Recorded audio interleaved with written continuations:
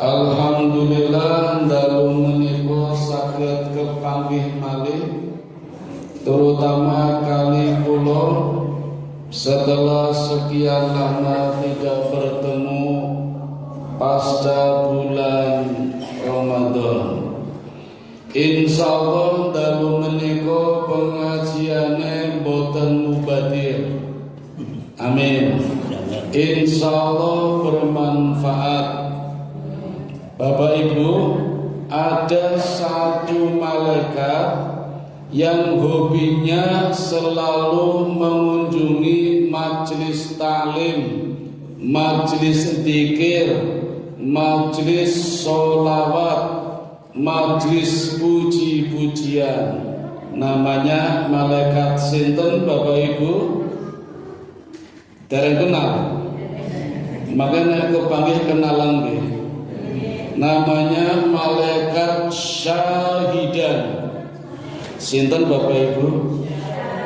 Malaikat syahidan. Ini pimpinan malaikatnya. Beliau tidak datang sendiri Bapak Ibu, tapi membawa pasukan malaikat jumlahnya 70.000. Dan datangnya mendahului panjenengan sedaya. Jenengan nembe dugi to, malaikatipun dugi dari tadi. Dan begitu malaikat datang, langsung mengepakkan sayapnya menaungi Masjid Al-Huda. Ngopo malaikat saidan nika Bapak Ibu? Ada dua tugas. Tugas pertama, malaikat ini mengamini kalau panjenengan berdoa. Nek ndonga sing ngamini malaikat kira-kira ketampi boten Bapak Ibu? Kok sing njab ketampi mung 4. Gagah liyane boten ketampi. Nggih dibatin mboten napa-napa, ketampi ngaten nggih. Mergo Gusti Allah akan menerima doa dari hati yang positif, hati yang husnudzon. Dadi nek urung apa-apa gege ora ketampa tenan. Makanya harus positif thinking, doanya dikabulkan, insyaallah dikabulkan. Apalagi yang mendoakan malaikat bahkan 70.000 Bapak Ibu, jauh melebihi jumlah yang hadir di pengajian ini. Saya hitung yang hadir sekitar 7.000 ini. Kali sinten dalan-dalan oki-oki krungu pengajian niki. Aku lo kepanggih rencang kula Bu, pegawai SMK Negeri 1 Yogyakarta Kemetiran. Pak Aziz kemarin ngisi ya di Masjid Ngadi Mulya. Nggih, kok jenengan krungu? Ayo krungu suarane tekan SMA Teladan. Wih, aduh banget to padahal. Berarti speakernya bagus niki. Lah nek diitung wong sak kene tekan kono ya ono 7.000 to. Cuma yang kelihatan sekitar 700 ini. 70 pun nggih. Pasnya pinten niki? Nek di total nganti 7.000, luar biasa Bapak Ibu. Dan malaikat ini tidak akan pergi sebelum panjenengan pergi. Nah, maka beruntunglah yang dari tadi semenjak sholat maghrib nggak pulang sampai di sini. Terus saya wonten sing berduhur ngantos niki dereng langsung. Wonten, oh wong ngeran. Nek wontene kok bar maghrib nggih. Yang kedua, kalau orang itu berdoa, malaikat mengamini. Atau kalau orang itu tidak berdoa, malaikat yang mendoakan. Jadi Bapak Ibu, insya Allah pengajian malam ini tidak mubadir. Meskipun panjenengan lendean ngantuk-ngantuk, insya Allah mendapat naungan dari malaikat, didoakan minimal niko. Meskipun mangke ora komanan wedang. Mboten wedang mboten. Oh, Kalau dapat lainnya, alhamdulillah. Bapak Ibu yang dirahmati Allah, alhamdulillah malam ini kita sudah berada di bulan Dzulqa'dah. Hari yang keberapa Bapak Ibu? Maka ningali kalender. Dan setelah Dzulqa'dah biasanya bulan Dzulhijjah, bulan yang ke-12 di tahun Hijriyah. Di bulan Dzulhijjah ada hari raya, namanya hari raya Idul Adha atau Idul Kurban. Simbah-simbah riyin memberi nama ibadah atau hari raya haji. Ada juga yang bilang hari raya besar. Kenapa disebut hari raya besar? Karena jumlah harinya 4 hari. Tanggal 10 Dzulhijjah ditambah 3 hari Tasyrik, tanggal 11, 12 dan 13 Dzulhijjah. Kalau ada hari raya besar, pasti ada hari raya kecil. Kalau Idul Adha disebut hari raya besar, lalu hari raya Idul apa yang kecil? Fitri. Kenapa disebut kecil? Karena hari rayanya hanya 1 hari, tanggal 1 Syawal, pun rampung mung sedina. Bar niku jenengan wis ora gairah arep tuku klambi ora, wis kelewatan cobi mawon. Yang kedua, yang disembelih juga beda Bapak Ibu. Hari raya besar yang disembelih hewannya besar-besar, sapi, lembu, onta, kerbau, wedhus. Hari raya kecil yang disembelih kecil-kecil, ayam, mendok, bebek, meri, napa malih? Burung puyuh, jago karo wedhus gede pundi? Gede wedhus, maka disebut hari raya besar Idul Fitri, hari raya kecil. Yang ketiga, hari raya Idul Fitri adalah hari rayanya umat Islam. Hari raya Idul Adha adalah miliknya Gusti Allah. Allah punya gawe, Allah ngunduh. Makanya Bapak Ibu diharapkan di bulan ini sampai Idul Adha jenengan nek saged mboten gadah acara supaya bisa meramaikan acaranya Gusti Allah. Ngapunten Bapak Ibu, wonten sing ajeng mantu saged ditunda mboten? Bapak-bapak wonten sing ajeng sunat? Lho sapa ngerti dereng lho Bu. Nek wonten ditunda mawon Pak. Ngenteni rampungan acarane Gusti Allah. Gusti Allah ajeng duwe gawe acara besar namanya Idul Adha. Di acara ini Bapak Ibu Allah mengundang semua umat Islam dari 3 golongan. Mudah-mudahan kita termasuk salah satu golongan yang dipanggil Allah untuk merayakan acara Idul Adha. Setunggal yang dipanggil Allah adalah orang-orang yang kaya. Langsung diundang Allah hadir di Mekah menunaikan ibadah haji. Niki ragate kathah Bapak Ibu. Ora mung ragat tapi kudu sehat campur nekat. Biayanya ajeng milih pundi ning ragate oke tenan. Ada yang 800 juta, 500 juta, 100 juta, minim 50 juta. Ada yang haji dan umroh, ada yang haji saja, ada yang umroh saja. Ajeng milih bundi untuk orang-orang kaya Bapak Ibu. Tidak cuma kaya hartanya, tapi juga kaya hatinya. Maksudnya apa? Sabar. Kan wonten nggih sing nabung seumur hidup, ajeng munggah haji sampai berpuluh-puluh tahun baru terkumpul, itu dibutuhkan kesabaran. Nek mboten sabar mesti sudah dicudhiki.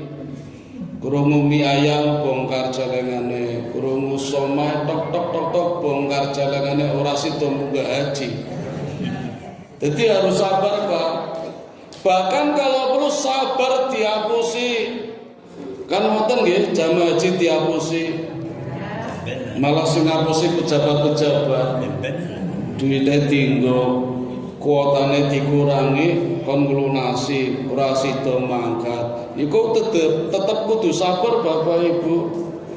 Insyaallah walaupun dihapusi ning sabar, maka sudah dianggap ibadah haji. Karena sudah nabung, sudah ada proses, sudah niat, ada progres.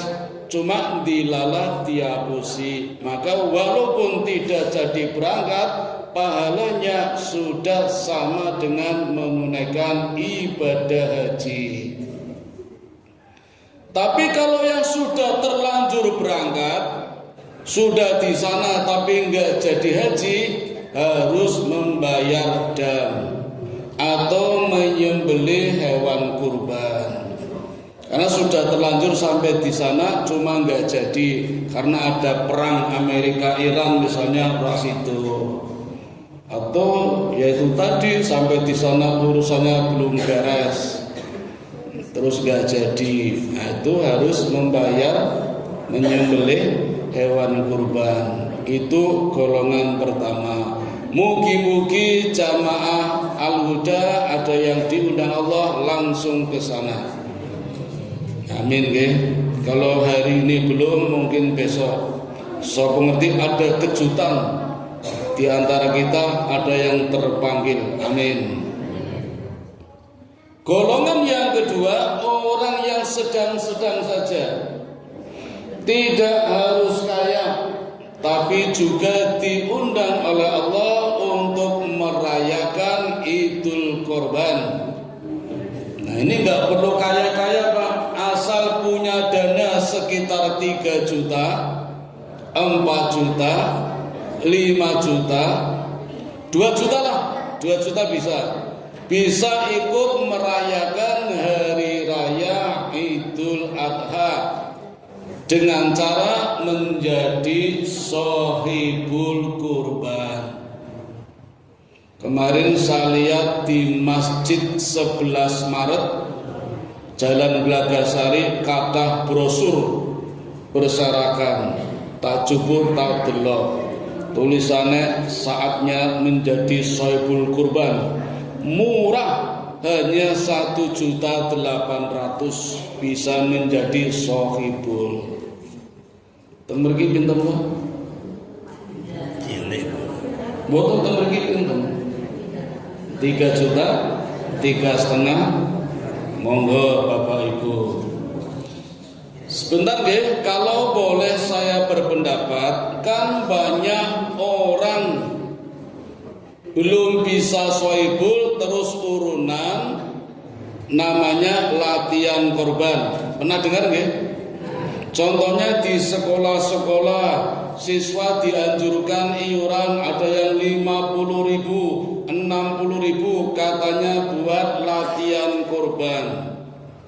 Bapak Ibu, kalau saya boleh berpendapat, itu sudah termasuk kurban, bukan cuma latihan. Latihan mengkorakan sudah kurban, cuma mampunya segitu, baru mampu segitu. Maka harus diniatkan tiap tahun ada progres, meningkat, nanti pada saatnya bisa kurban utuh. Misalnya kambing, satu kambing untuk orang wani jawab. Nah, ini Bapak Ibu yang perlu saya luruskan deh, karena masih ada yang berpendapat sampai sekarang satu kambing satu nyawa. Bapak Ibu jangan membatasi pahala. Kalau kita mengatakan satu kambing satu nyawa, namanya membatasi pahala. Kan kadang di daftar ngatur tuh Bu, ditulis, dipasang di tembok, Soibul kambing atas nama Paryono misalnya. Itu pahalanya Bapak Ibu yang dapat cuma Paryono. Kalau cuma tulisan nggak apa-apa, tapi intinya Bapak Ibu pas nyembelih, Bismillah, Allahu Akbar, ini kurbanku dan keluargaku. Bapak Ibu semua mendapatkan pahala. Bolehlah tulisannya Paryono, maka nanti Paryono ketika nyembelih membaca Bismillah, Allahu Akbar, ini korbanku, istriku, anak-anakku, keluargaku, maka dapat pahala semua. Tapi kalau nggak menyebut cuma ini kurbannya Paryono, wah nanti yang dapat pahala cuma Paryono, yang lain nggak dapat. Maka Bapak Ibu, afdolnya yang menjadi sohibul yang nyembelih kurban. Punatanya beli sapi dari mana? Nyobi. Sapi 7 orang Ibu nggih. Nah niki nek panitiane pinter Bapak Ibu, dari 7 orang sapi ada minimal 1 laki-laki yang bisa menyembelih. Maka nanti tahu persis ketika nyembelih menyebutkan Bismillah, Allahu Akbar, ini korbannya, disebut semuanya beserta keluarganya. Bapak Ibu, Rasulullah luar biasa. Rasulullah Bapak Ibu pernah nyembelih hewan kurban, bacaannya begini, Bismillah, Allahu Akbar, ini kurbanku, istri-istriku, keluargaku, dan umatku yang belum sempat kurban. Luar biasa Bapak Ibu. Hanya 1 hewan bisa untuk semuanya, dapat pahala semua. Itu Rasulullah. Maka jangan membatasi pahala. Bolehlah ditulis ditambah dengan 1 nama, karena kalau ditulis sak keluarga tuh banget mangke. 1 nama enggak apa-apa, tapi ketika menyembelih ditambahi keluargaku. Nabi hebat Bapak Ibu, istrinya 9 disebut semua coba. Nabi nyembelih sendiri, maka orang gak ribut. Tapi nek jenengan nyembelih wong ngenteni kok suwi banget tuh. Itu afdolnya Bapak Ibu kalau bisa yang menjadi soibul yang menyembelih. Kalau nggak mampu gimana? Nggak tegel gimana? Boleh serahkan panitia silakan. Tapi panitia juga harus tahu hewan kurban beda dengan sembelian biasa. Orang mungkin sering menyembelih di pasar-pasar, di RPH, tapi kalau kurban hati-hati Bapak Ibu, tidak sembarang menyembelih Bapak Ibu. Khusus, hewannya khusus, caranya khusus, ada aturannya. Coba nggih. Sepertinya ada 1 amalan yang sering ketinggalan. Apa tidak tahu atau sudah tahu terus ditinggalkan? Yaitu amalan membaca, bacaannya seperti doa iftitah. Bapak Ibu kalau sholat membaca doa iftitah Allahumma ba'id baini atau wajjahtu. Mboten usah wedi kali kula cerita mawon. Soale wonten jamaah sing wedi ora wani jawab. Terus jawab, saya kalau doa iftitah bacanya Allahumma ba'id baini. Tak takoni alasannya nopo? Muhammadiyah. Wow, alasannya sampun ngaten Bapak Ibu. Saya pindah ke masjid lain Bapak Ibu, kalau sholat iftitahnya baca apa? Wajhatu wajhiyah. Alasannya NU. Wow. Saya beritahu Bapak Ibu, bukan Muhammadiyah, bukan NU. Nabi doa iftitahnya membaca Allahumma ba'id baini kalau sholat wajib 5 waktu, Isya, subuh, luhur, asar, maghrib. Doa iftitahnya Allahumma ba'id baini. Apa aja? Orang apa? So apa? Sedangkan ketika sholat sunnah membacanya wajjahtu wajhiyya lillati fataras samawati dan seterusnya. Ngangge ini boten kan wonten sing nganggo ini nggih, ini wajjahtu. Yang benar Bapak Ibu tidak pakai ini. Jadi langsung wajjahtu ketika sholat sunnah. Saya tanya Bapak Ibu, kenapa kalau orang sholat sunnah lebih cepat daripada sholat wajib? Tak jeda, mungkin nggak baca doa iftitah atau nggak baca yang lain. Sebenarnya sama loh Bapak Ibu, sholat wajib sama sholat sunnah, bedanya cuma satu, niatnya. Nih kok sholat sunnah lebih cepat daripada wajib, berarti banyak bacaan yang tidak dibaca, termasuk doa iftitah harusnya dibaca. Jadi nggak lebih cepat daripada sholat wajib. Nah Bapak Ibu, Nabi menggunakan ini wajhatu ternyata setiap selesai menyembelih hewan kurban. Ini amalan yang keempat ini yang jarang dipraktekkan. Monggo Bapak Ibu mumpung kalingan besok pas nyembelih, yang nyembelih diingatkan ada rukun yang keempat ini. Begitu selesai menyembelih menghadap kiblat membaca ini wajhatu dan seterusnya.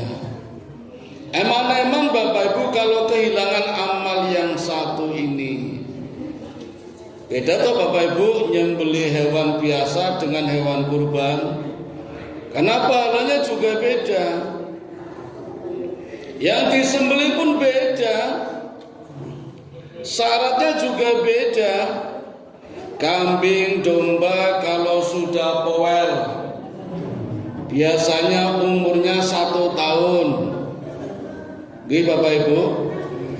Nek mung sembelihan biasa sing didol teng sate kambing niku kadang wonten sate balibul bawah 5 bulan.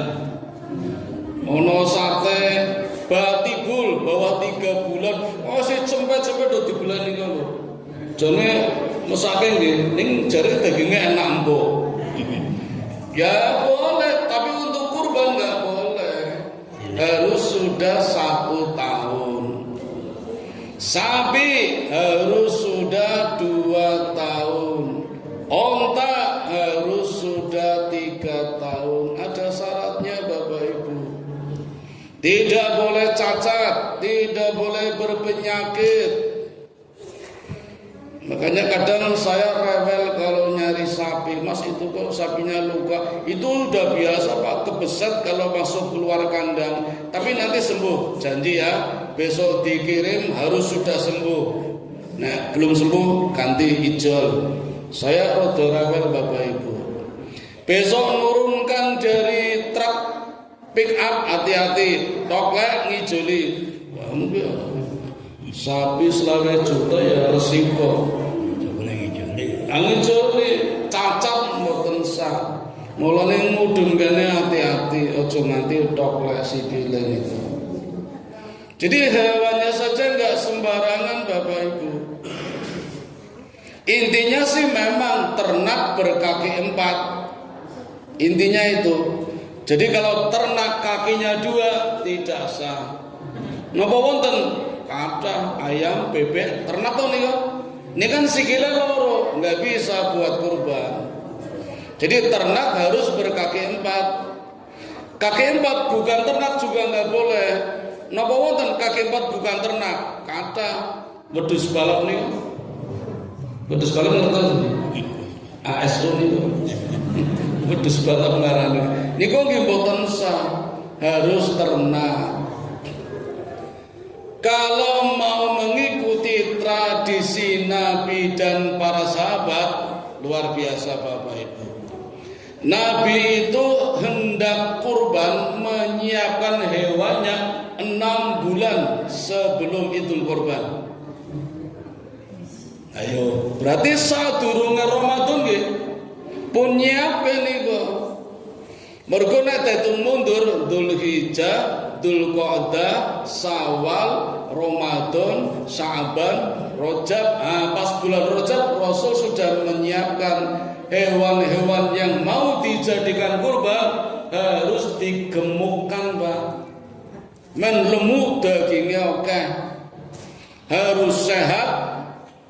Tidak boleh ditunggangi, tidak boleh dinaiki, tidak boleh dibebani, tidak boleh dipekerjakan. Jadi kalau sapi enggak boleh untuk bajak kalau memang diniatkan kurban. Maka panjenengan kalau beli sapi ditanya niki sapine pun tinggi napa? Oh mboten to. Aman.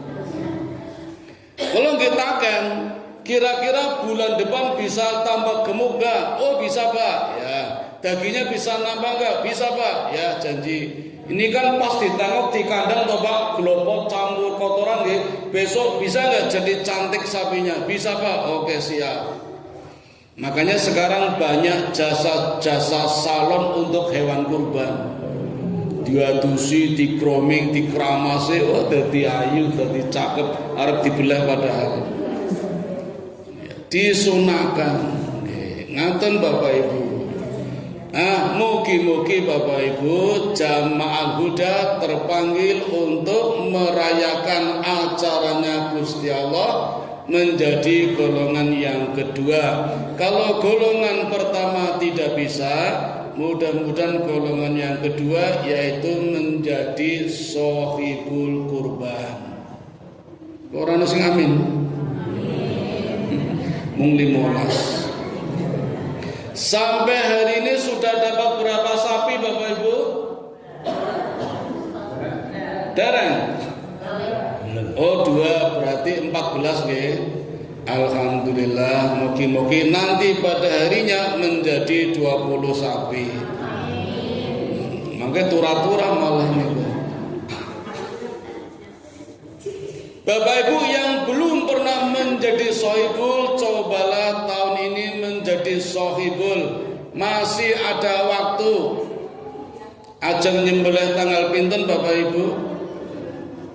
Insya Allah badane tanggal 17 niko Rebo. Ajeng nyembelih Rebo, napa Kamis, napa Jumat, napa Sabtu. Jatahnya 4 hari Bapak Ibu. Idul Kurban 4 hari. Dereng dipersiapkan. Rodo repot nek mbelahe Jumat. Mergo waktunya pendek, nanti ketanggor sholat Jumat. Nek Sabtu pegawai negeri libur kon mlebu wegah. Jadi ora gelem belah Sabtu teng sekolahan.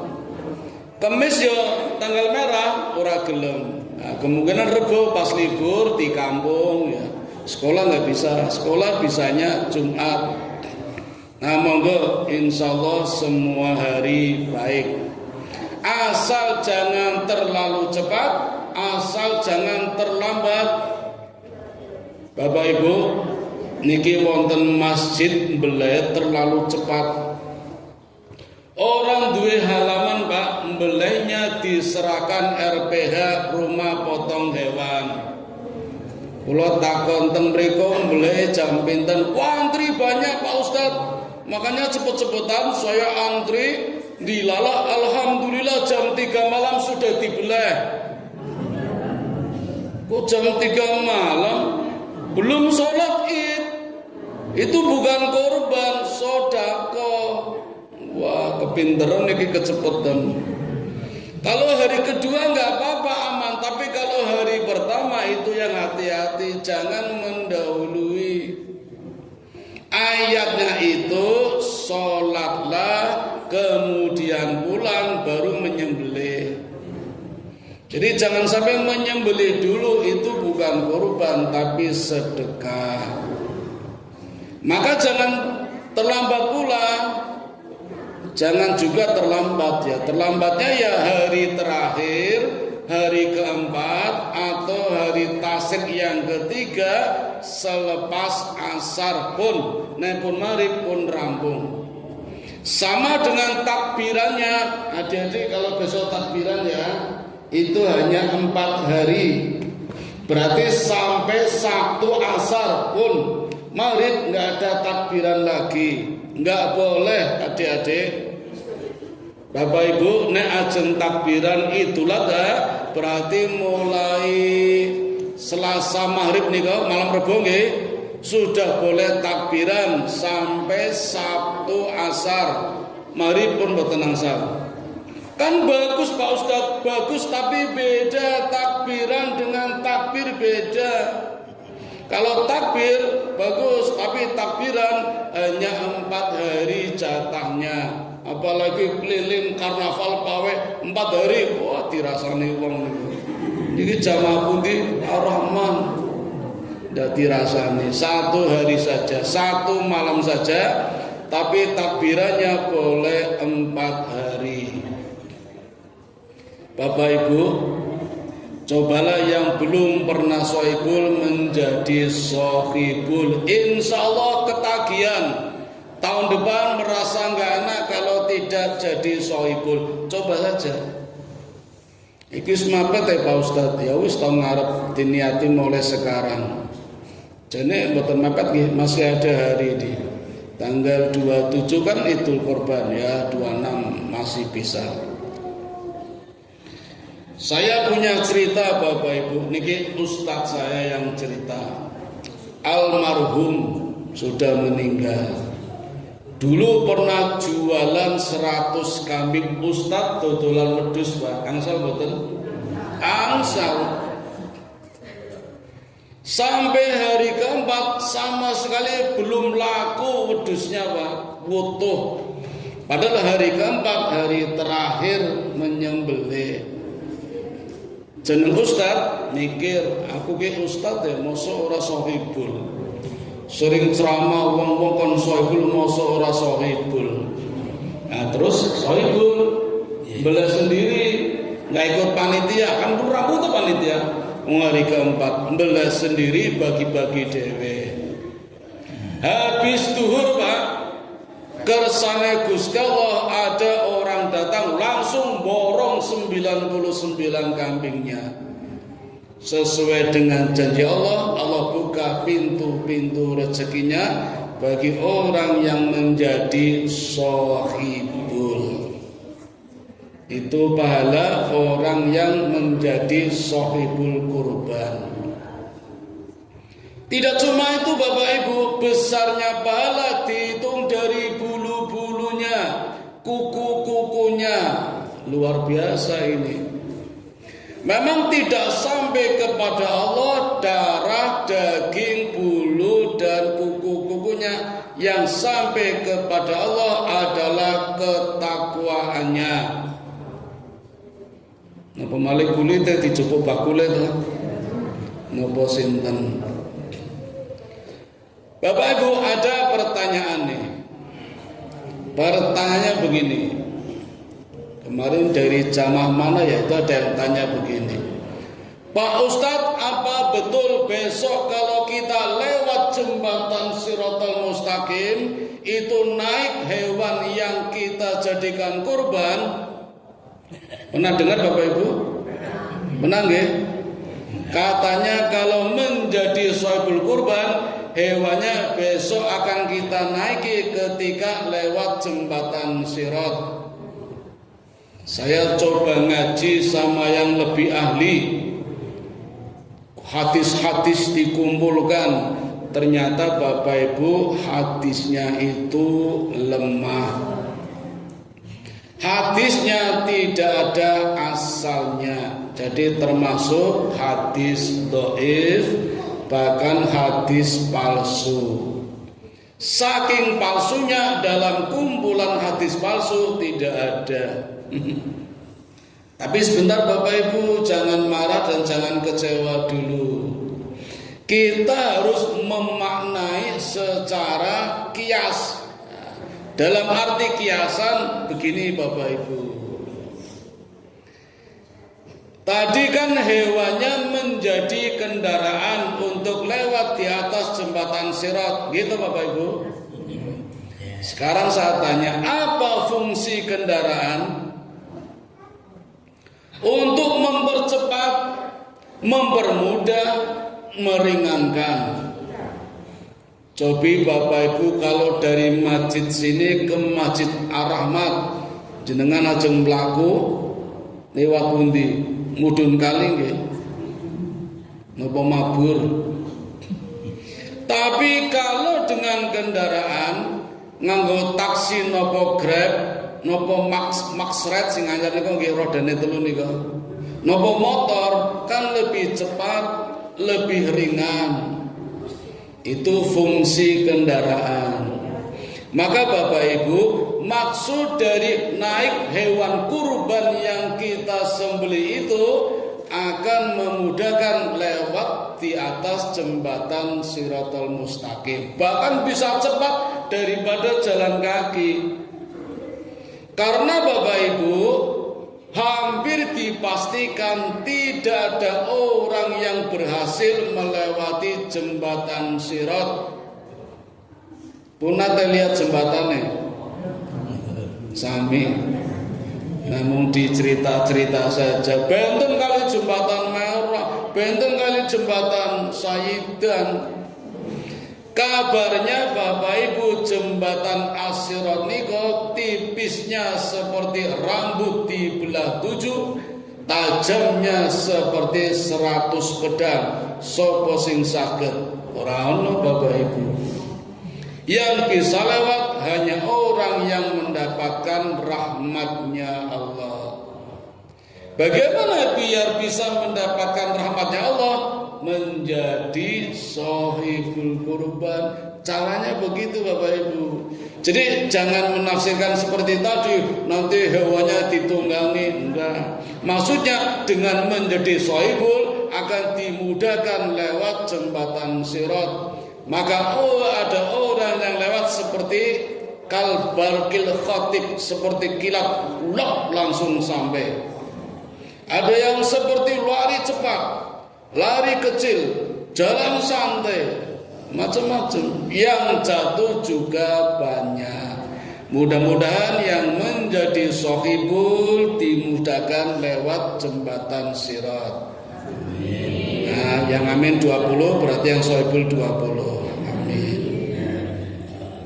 2 golongan nggih. Saya bilang tadi 3 nggih. Yang satu apa? Yang tidak mampu haji, yang tidak mampu shahibul. Niki golongan yang ketiga. Ngapunten nggih. Kula jane mboten tegel nek ngunake miskin. Tapi nek tidak mampu gimana lagi? Apa amalannya? Ajeng dicatat boten? Dicatat apa diamalke? Kalau jadi shahibul saja tidak mampu, niatkan sementara nggih, insyaallah tahun ngajeng mampu nggih.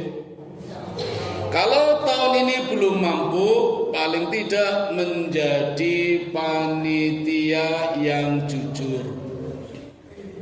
Yang kula wonten sing mboten jujur Pak dadi panitia. 20 tahun dadi panitia, torpedone wedhus ilang terus niku. Nah, dipangan dhewe, dibelek pangan, jare nggo obat kuat. Obat kuat sampai bojone. Ini yang sulit Pak, sebenarnya Pak RT ini. Pak RT tugasnya berat Pak. Harus punya data yang betul warganya, jangan sampai kelewatan, ada yang tidak kebagian. Yang sulit kan menghadapi orang yang pemalu toh Bu. Kan wonten nggih orang pemalu nggih. Ora komanan daging arep njaluk isin, angel to niku. Niku Pak RT harus ngerti Pak. Ono ora warga kula sing miskin nek arep njaluk isin.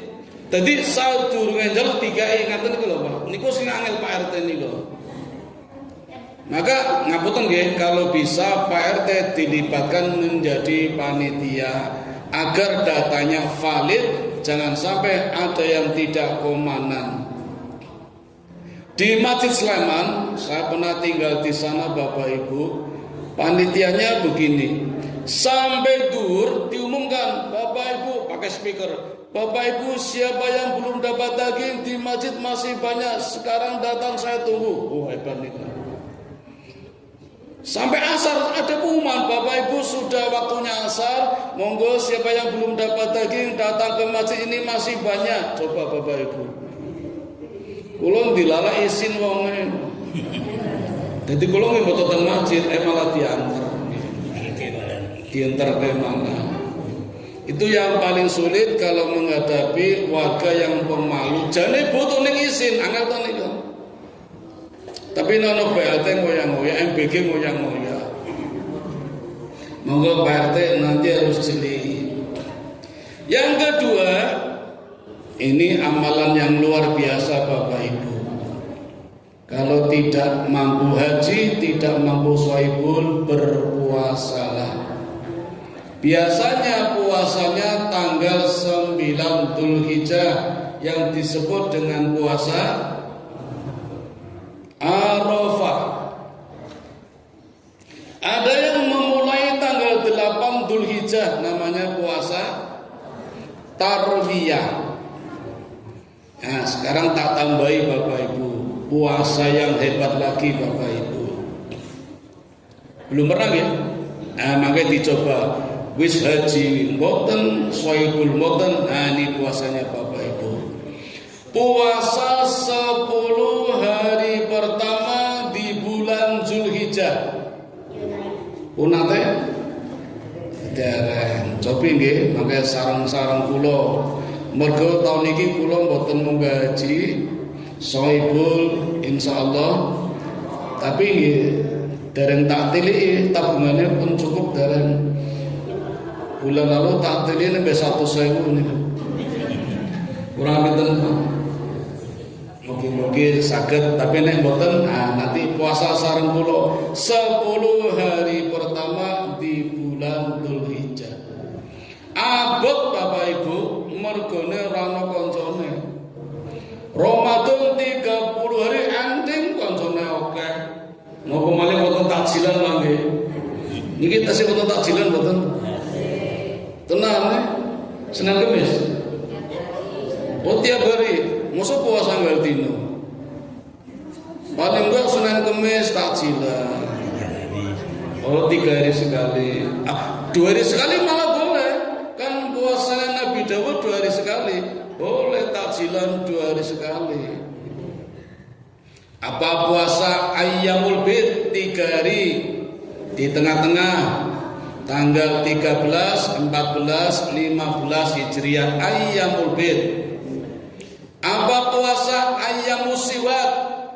Puasanya Nabi Sulaiman. Nabi Sulaiman puasanya 9 hari, 3 hari di awal, di tengah, di akhir. Di awal tanggal 1, 2, 3, di tengah tanggal 13, 14, 15, di akhir tanggal 28, 29, 30. Hijriah 9 hari niko puasane Nabi Sulaiman. Dari nyobi nggih. Memang Nabi nggak mensyariatkan, jadi nggak usah aja. Tapi kalau mau nyoba Nabi Daud, wah hebat itu 2 hari sekali puasa. Kalau kita nggak pernah nyoba Bapak Ibu, besok ketemu Nabi Daud guyu diajak. Iki jamaah Ar-Rahman puasane mung Ramadan ngopo. Kata Nabi Daud, aku ini loh 2 hari sekali. Kenapa Nabi Daud puasa 2 hari sekali? Karena istrinya 100 Bapak Ibu. Jadi rajin puasa. Dengan pinter istrinya. Oh kali. Dengan Ramadan tambah sunah. Nah ini sunnah yang besar 10 hari di awal bulan Dzulhijjah. Pak Ustadz kan tanggal 10-nya sholat Id. Ya tak Bu? Hari ke-10-nya puasanya sebentar saja. Orang sorry apa-apa toh. Nanti habis sholat pulang berbuka karena mau menyembelih. Jadi nggak lama-lama puasanya yang hari ke-10. Nah ini amalan bagi yang tidak haji dan tidak shohibun. Insya Allah semuanya mabrur. Jadi mabrur itu tidak cuma buat haji Bapak Ibu, buat shohibul juga bisa mabrur, buat yang berpuasa juga bisa mabrur. Kok nambah 8:30? Ini kok malah 10:30? Neteng HP kula hampir 1 jam. Sampun nggih. Tadi mulainya gasik dipercepat. Nggih. Demikian Bapak Ibu yang dapat kami sampaikan. Sebagai penutup, surganya apa? Nah, untuk yang naik haji surganya Al-Jannah, surga Firdaus. Untuk yang shoibul surganya surga di langit 7, surga Aden. Untuk yang berpuasa surganya di langit yang ke-6, surga Naim. Mudah-mudahan kita mendapatkan surga yang terbaik. Amin ya robbal alamin. Saya kembalikan kepada pembawa acara. Assalamualaikum warahmatullahi wabarakatuh.